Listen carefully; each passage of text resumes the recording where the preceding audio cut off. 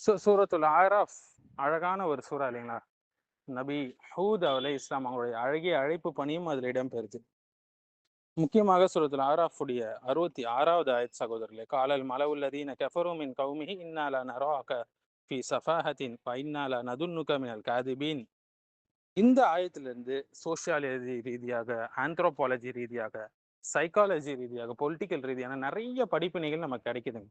இந்த ஆயத்தை சரியான முறையில நம்ம ததப்புர் செஞ்சோம் என்றால் பல படிப்பினைகளை பெறலாம். மேலும் நவீன காலத்தில் இருக்கக்கூடிய பல பிரச்சனைகளுக்கு தீர்வும் நமக்கு கிடைக்கும். ஸோ அவங்களுடைய சமூகத்தில் இருந்த மறுப்பாளர்கள் இருந்தாங்களே, அந்த தலைவர்கள் சொன்னாங்க, நாங்கள் உங்களை முட்டாள்தனத்தில் இருக்கிற மாதிரி பார்க்கிறோம். நிச்சயமாக நீங்க பொய்யர்களில் ஒருவர் என்று நாங்கள் நினைக்கிறோம் என்று சொன்னாங்க. ஸோ சைக்காலஜி ரீதியான படிப்பினைகள் நிறைய இருக்குங்க, உளவியல் ரீதியாக. முதலாவது காக்னிட்டிவ் டிசோனன்ஸ் என்று சொல்லுவாங்க, உள்ளுணர்வு முரண்பாடு. ஹூத் அலைஹிஸ்ஸலாம் உண்மையை கொண்டு வந்தபோது, சத்தியத்தை கொண்டு வந்தபோது, தௌஹீதை எடுத்து சொல்லும்போது, அவங்களுடைய அந்த தலைவர்களுடைய உள்ளுணர்வு அதை ஏற்கல, அந்த சத்தியத்தை ஏற்கல. அந்த உண்மை அவங்களுடைய பழக்க வழக்கத்துக்கு எதிராக இருந்தது. அதனால அவங்க மனசுல முரண்பாடு உருவாச்சு, டிசோனன்ஸ் உருவாச்சு. அதன் விளைவு என்ன? உண்மையை ஏற்காமல் நபியை முட்டாள் என்று லேபிள் செஞ்சாங்க நெகட்டிவா. ஸோ நவீன காலத்துல பார்க்கலாம் இல்லைங்களா, இந்த ஒருத்தர் உண்மையை, இஸ்லாமிய நெறியை சொன்னால் பல பேர் என்ன சொல்லுவாங்க, அவர் ஒரு எக்ஸ்ட்ரீமிஸ்ட், அவர் பேக்வேர்டு என்று சொல்லி என்ன செய்வாங்க, இதே உளவியலை பாதுகாப்பு முறையை யூஸ் பண்ணுவாங்க, லேபிள் பண்ணுவாங்க, ப்ரொஜெக்ஷன் பண்ணுவாங்க, முத்திரை குத்திட்டு தன்னுடைய குறையை பிறரிடம் பார்ப்பாங்க. ஸோ அவங்க ஹூது நபியை சஃபாஹா, முட்டாள்தனம் என்று குற்றம் சாட்டினாங்க, அவங்க கிட்ட இருக்குன்னு சொல்லி. உண்மையிலே யார் தவறுல இருந்தாங்க? அவங்க தான் தவறான வழியில் இருந்தாங்க, அந்த தலைவர்கள் தான் தவறான வழிகேட்டில் இருந்தாங்க.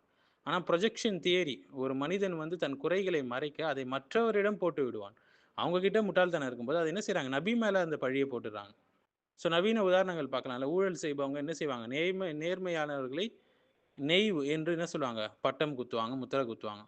பாவத்தில் வாழ்பவர்கள், தக்வாவோடு வாழக்கூடிய நல்ல முஸ்லீம்களை, நல்ல நபர்களை பார்த்து இவங்களாம் எக்ஸ்ட்ரீம் என்று சொல்லுவாங்க இல்லைங்களா? மூன்றாவது குரூப் திங்கிங், குழு சிந்தனை என்று சொல்லுவாங்க. இந்த வசனத்தை மலா என்று அந்த லீடர்ஸ், எலைட் குரூப்பை பற்றி அல்லாஹ் சுப்ஹானஹு வ தஆலா பேசுகிறான். பொதுமக்களை பற்றி பேசல, எலைட் குரூப்பை பற்றி, அந்த மேல்தட்டு மக்கள் இருப்பாங்க ஒவ்வொரு சமூகத்திலையும், தலைவர்கள், அவங்கள பற்றி, அந்த தலைவர்களை பற்றி பேசுகிறான். அவங்களுடைய கருத்து என்னன்னா, சமூகத்துடைய நாம்ஸாக மாறிடுச்சு. அவங்களுடைய கருத்து தான் மக்கள் ஏற்று செயல்படுவாங்க. ஸோ உளவியல் ரீதியான விளக்கம் என்னன்னு பார்த்தீங்கன்னா, மக்கள் உண்மையை அறிந்திருந்தாலும் குழுவிற்கு எதிராக போகக்கூடாது அப்படி என்று நினைப்பாங்க. இன்னைக்கு நவீன காலத்தில் மீடியா நரேட்டிவ்ஸ் பார்க்கலாம், பொலிட்டிக்கல் ப்ரொபகண்டா பார்க்கலாம், சோஷியல் மீடியா எக்கோ சேம்பர்ஸ் பார்க்கலாம். இது எல்லாமே குரூப் திங்கிங்கால உருவானது தான். திங்கை தான் இது உருவாக்குது. நான்காவது அத்தாரிட்டி பயஸ் என்று சொல்லுவாங்க, அதிகாரத்துடைய தாக்கம். அந்த தலைவர்கள் சொன்னதால் மக்கள் அதை எளிதாக நம்பிட்டாங்க, கண்மூடித்தனமாக. அவங்க பெரியவங்க, அவங்க சொல்றது சரியா தான் இருக்கும் என்ற மனநிலை, அதன் அடிப்படையில் அவங்க என்ன செஞ்சாங்க, அதை கண்மூடித்தனமாக பின்பற்றாங்க. ஆனால் இஸ்லாம் இதை எச்சரிக்குது, உண்மை என்பது ஆதாரத்தின் அடிப்படையில் இருக்கணும், அதிகாரத்தின் அடிப்படையில் இருக்கக்கூடாது. ஸோ இன்னைக்கு இன்ஃப்ளூயன்சர்ஸ், செலிபிரிட்டிஸ், பொலிட்டிக்கல் லீடர்ஸ் நிறைய பேரை பார்க்கலாம், இவங்க சொல்வது உண்மையா என்று யாரும் சிந்திக்காம அப்படியே கண்மூடித்தனமாக ஏற்றுக்கொள்றாங்க. இதே ஒரு பயஸ். அடுத்து 5வது கேரக்டர் அசாசினேஷன், அதாவது ஒரு பர்சனாலிட்டியே தாக்குறது. அவங்க ஹூது நபியுடைய செய்தியை மறுப்பதற்கு பதிலாக, ஏன்னா அந்த செய்தியை மறுக்க முடியாது, ஹக், அதுதான் உண்மை, அதை மறுக்க முடியாது. மாறாக அவருடைய குணத்தை தாக்குனாங்க, நீ முட்டாள், நீ பொய்யன் என்று சொன்னாங்க. இதற்கு பேர் என்ன சொல்லுவாங்கன்னா லாஜிக்கல் ஃபேலசி என்று சொல்லுவாங்க. அது ஆர்கியூமெண்ட்டை எதிர்க்காம மனிதர்களை, அதை பேசக்கூடிய மனிதர்களை தாக்குவது, ஆட் ஹோமினம் என்று சொல்லுவாங்க. நவீன காலத்துல தாவா செய்பவர்களை ட்ரோல் செய்யறது, உண்மை சொல்பவர்களை இன்சல்ட் செய்யறது, இது எல்லாமே அதுல வரும். அடுத்து 6வது ரீதி படிப்பினை என்னன்னா டினையல் மெக்கானிசம், உண்மையை மறுக்கக்கூடிய ஒரு மனநிலை. உண்மை தெளிவாக இருந்தாலும் அவர்கள் அதை மறுத்தாங்க. ஏன்னா இந்த உண்மையை அவங்க ஏற்றுக்கொண்டாங்கன்னா அவங்களுடைய வாழ்க்கையை அவங்க மாற்றணும், அவங்க சுகபோக வாழ்க்கை அதனால் பாதிக்கப்படும், அவர்களுடைய வியாபாரம் பாதிக்கப்படும், அவர்களுடைய அந்த சமூக அந்தஸ்து பாதிக்கப்படும், அந்த தலைவர்களை அவங்க அனுபவிக்கக்கூடிய அந்த கெத்து போய்விடும். இன்னைக்கு நம்ம நவீன காலத்துல பார்க்கலாம் இல்லைங்களா, வட்டி ஹராம் என்று தெரிந்தும் அதை நீதியாக பேசுவாங்க, ஹராம் லைஃப் ஸ்டைல ஜஸ்டிஃபை செய்வாங்க. இந்த காலத்துல எப்படிங்க வட்டி வாங்காம அப்படி எல்லாம் சொல்லிடுவாங்க. ஸோ நவீன உலகிற்கான முக்கிய பாடம் என்னன்னா, இந்த ஒரு வசனம் நமக்கு என்ன காட்டுதுன்னா, உண்மை வந்தால் மனிதன் அதை அறிவால் மறுக்கிறது இல்லை, மாறாக அவனுடைய மனநிலையால் அதை மறுக்கிறான். ட்ரூத்தை விட ஐடியாலஜியை சூஸ் பண்றான், எவிடன்ஸை விட ஈகோவை சூஸ் பண்றான், ரியாலிட்டி என்னவோ அதை விட குரூப் லாயல்ட்டியை சூஸ் பண்றான். ஹூத் அலைஹிஸ்ஸலாம் மீது சாட்டப்பட்ட ஒரு குற்றச்சாட்டு, அது அவருடைய குறை கிடையாது, அது சமூகத்துடைய ஒரு மனநோய். அதாவது உண்மையை முட்டாள்தனம் என்று சொல்லக்கூடிய ஒரு மனம். சரிங்க. இப்ப நம்ம வந்து பல மனநோய்கள நம்ம பார்த்துட்டோம். இந்த ஆயத்திலிருந்து பல வடிப்பினைகள் நம்ம பார்த்துட்டோம். ஹூத் அலைஹிஸ்ஸலாம் எப்படி இதை வந்து கையாண்டாங்க? எப்படி அழகிய முறையில அழைப்பு பணி செஞ்சாங்க என்பத நம்ம பார்க்க போறோம். காக்னிட்டிவ் டிசோனன்ஸ் என்று பார்த்தோம் இல்லைங்களா? இதற்கு இஸ்லாமிய தீர்வு என்னன்னா, தஸ்கியத்துன் நஃப்ஸ், உள்ளத்தை சுத்தப்படுத்துறது. உண்மை வந்தாலும் மனம் அதை ஏற்க மறுக்குது. இதானே இந்த பிரச்சனை இந்த ஆயத்துல. அந்த மக்கள் வந்து ஏற்க மறுக்கிறாங்க, சில காரணங்களால. இதற்கான இஸ்லாமிய தீர்வு என்னன்னா, உள்ளத்தை சுத்தப்படுத்தணும். தக்வாவை வளர்த்துக் கொள்ள வேண்டும். பாவங்களை குறைத்துக் கொள்ள வேண்டும். துவா, திக்ருகளை அதிகப்படுத்தணும். கத் அஃப்லஹ மன் ஜக்காஹா என்று அல்லாஹ் சொல்றான். யார் தன்னுடைய நஃப்ஸை சுத்தப்படுத்தினாரோ அவர் வெற்றி பெற்று விட்டார் என்று. வந்து நவீன காலத்துல வந்து சொல்லணும்னா, ஈகோவ டீடாக்ஸ் பண்ணணும். அந்த நம்மகிட்ட இருக்கக்கூடிய அகங்காரத்தை உடைக்கணும். ஸ்பிரிச்சுவல் டிசிப்ளின நம்ம வளர்த்துக் கொள்ளணும். இதுதான் இந்த காக்னிட்டிவ் டிசோனன்ஸ்க்கு மருந்தாக இருக்குது.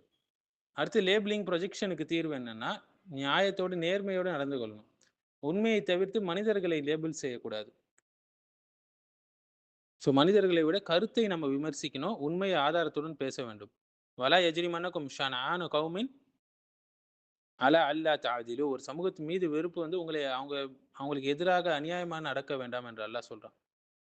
சோசியல் மீடியா டிபேட்ஸ் இது போன்ற விஷயங்கள், இந்த ஆட் ஹோமினம் என்று சொல்லக்கூடிய இந்த விஷயத்தை நாம் தவிர்க்க வேண்டும். அடுத்தது வந்து குரூப் திங்கிங்.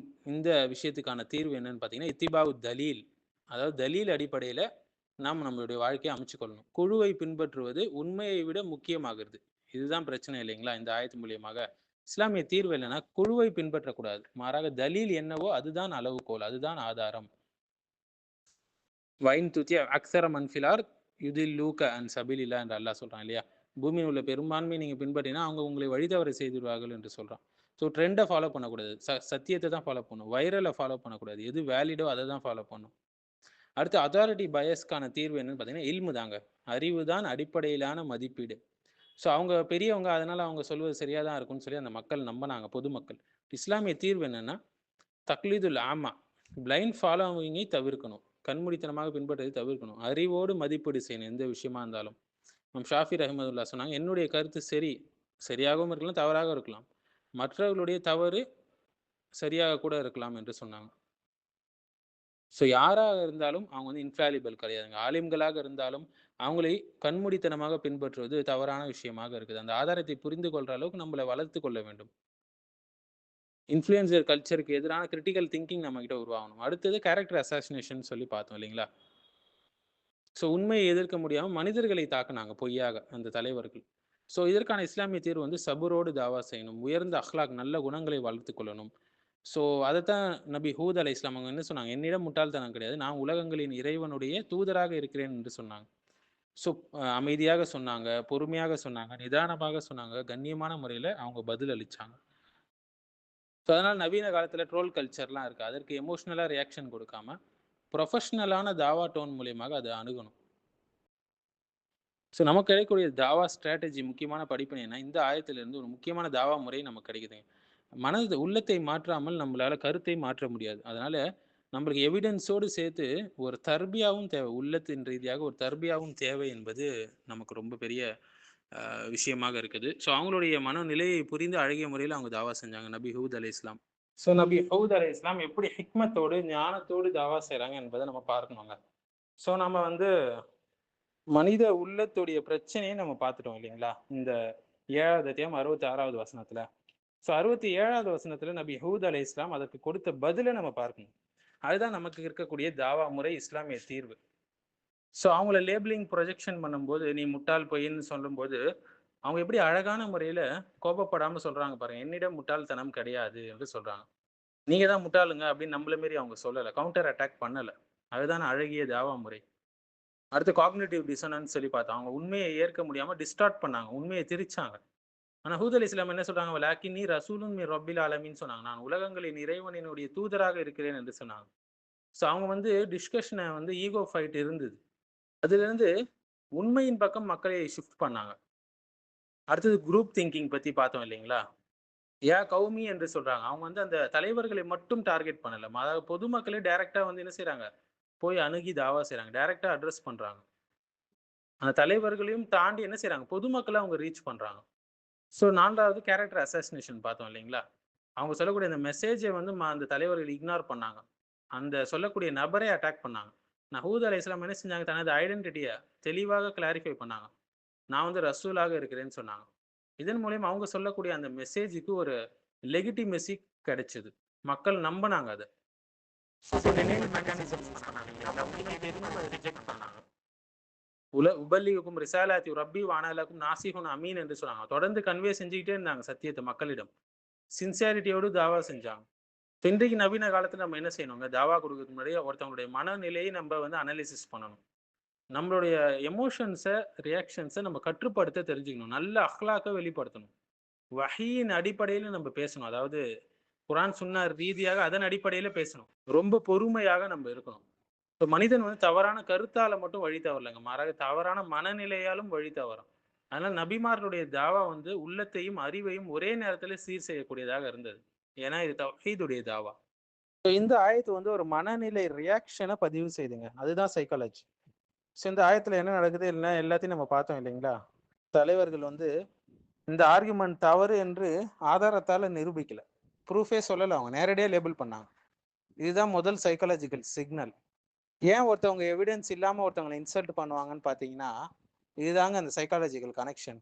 அவங்களுடைய பழைய வழி தவறு என்று சொல்லும்போது அவங்க உள்ளத்தில் என்ன நடக்கும், நான் இதுவரை நாளும் இவ்வளோ நாளும் தவறாக வாழ்ந்துட்டேன்னா ஒரு அன்கம்ஃபர்டபுளாக ஃபீல் பண்ணுவாங்க. அதனால மனசு என்ன செய்யும்னா, அந்த மைண்ட் என்ன செய்யும்னா, ஹக்கை வந்து அதை உண்மையை வந்து மறுக்கும். இது பேர் ஈகோ டிஃபென்ஸ் மெக்கானிசம் என்று சொல்லுவாங்க.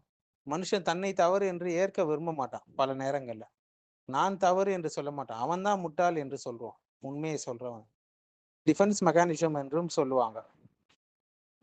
அந்த தலைவர்கள் எல்லாமே என்ன செஞ்சாங்க, சோஷியல் ப்ரெஷரை கிரியேட் பண்ணாங்க. இதுதான் கலெக்டிவ் சைக்காலஜிக்கல் ஃப்ரேமிங் சொல்லுவாங்க. ஸோ இந்த ஆயத்து வந்து அவங்க என்ன நினைச்சாங்க என்பதை மட்டும் சொல்லுங்க, அவங்க எப்படி நினைச்சாங்க என்பதை நம்ம காட்டுது. இதுதான் சைக்காலஜி. அவங்க எப்படி நினைச்சாங்க, ஹவு தே திங்க் என்பதுதான் சைக்காலஜி. ஸோ இந்த ஆயத்துல சைக்காலஜி என்பது பொதுவான கொள்கை கிடையாது, மாறாக மனுஷன் உண்மையை எதிர்கொள்ளும் போது எப்படி ரியாக்ட் பண்றான் என்பதுடைய லைவ் எக்ஸாம்பிள் தான் இந்த ஆயத்து. அதை புரிஞ்சு கொண்டால் அழகிய முறையில் நம்ம பொறுமையோடு தாவா செய்ய முடியும். அதைத்தான் நபி ஹூத் அலைஹிஸ்ஸலாம் அழகிய முறையில் தாவா செஞ்சாங்க. அந்த தாவாக்கெல்லாம் வெற்றி கொடுத்தாங்க. இந்த ஆயத்து வந்து நமக்கு ஹியூமன் பிஹேவியரை காட்டுதுங்க, அதுதான் சைக்காலஜி. ஸோ மனுஷன் என்ன சொல்கிறான்றதை மட்டும் அல் குர்ஆன் காட்டாதுங்க, ஏன் அப்படி சொல்கிறான்றதையும் காட்டும். நம்ம அதை புரிஞ்சு கொண்டால் அழகிய முறையில் அப்படி சொல்கிறவங்களை புரிந்து கொண்டு நம்ம அழகிய முறையில் ஞானத்தோடு ஹிக்மத்தோடு தாவா செய்யலாம். நம்முடைய தாவாவில் ஒரு நல்ல சக்ஸஸ் கிடைக்கும்.